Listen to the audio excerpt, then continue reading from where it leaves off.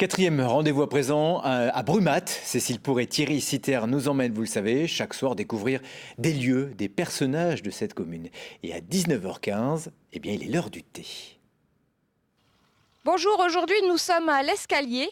Vous connaissez peut-être le jardin remarquable de Michel Schneider et je peux vous dire que son thé matcha est tout aussi remarquable.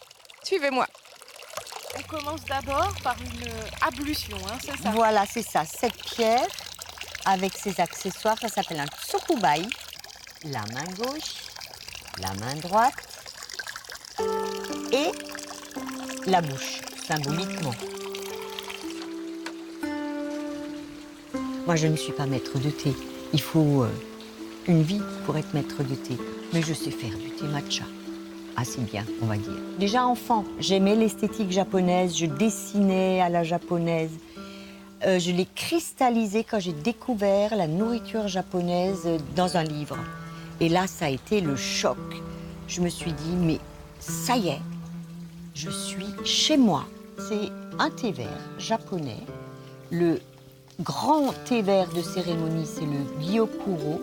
Ces fines aiguilles, elles sont broyées dans des meules en pierre pour donner une poudre ultra fine. Alors, on va prendre un bol, Cécile.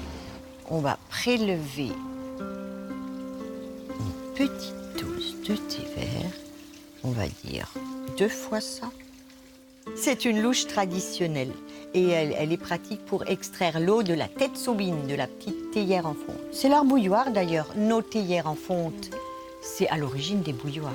Alors maintenant, avec le chasen, on tourne en écrasant, juste un geste tout lent. Et maintenant, on va passer à la confection de l'infusion. Voilà. Un peu plus d'eau. Cette fois-ci, on reprend le chasen, mais maintenant, on le fouette. On fouette le thé pour l'aérer, créer un petit peu de mousse. Après, ça, combien de temps? Jusqu'à ce que ça mousse un peu.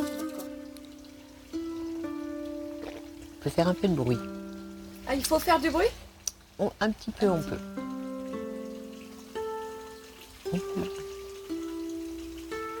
Non, ça me plaît. C'est amer. Oui, oui. Mais doux à la fois. Et doux à la fois, ouais. Étrange, oui. Étrange, ouais. Bon, je m'attendais à pire. Alors, la première fois, c'est...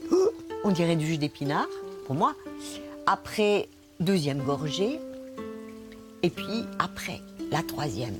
Une sensation de fraîcheur jusque presque derrière la tête. Et j'avais plus envie de la lâcher.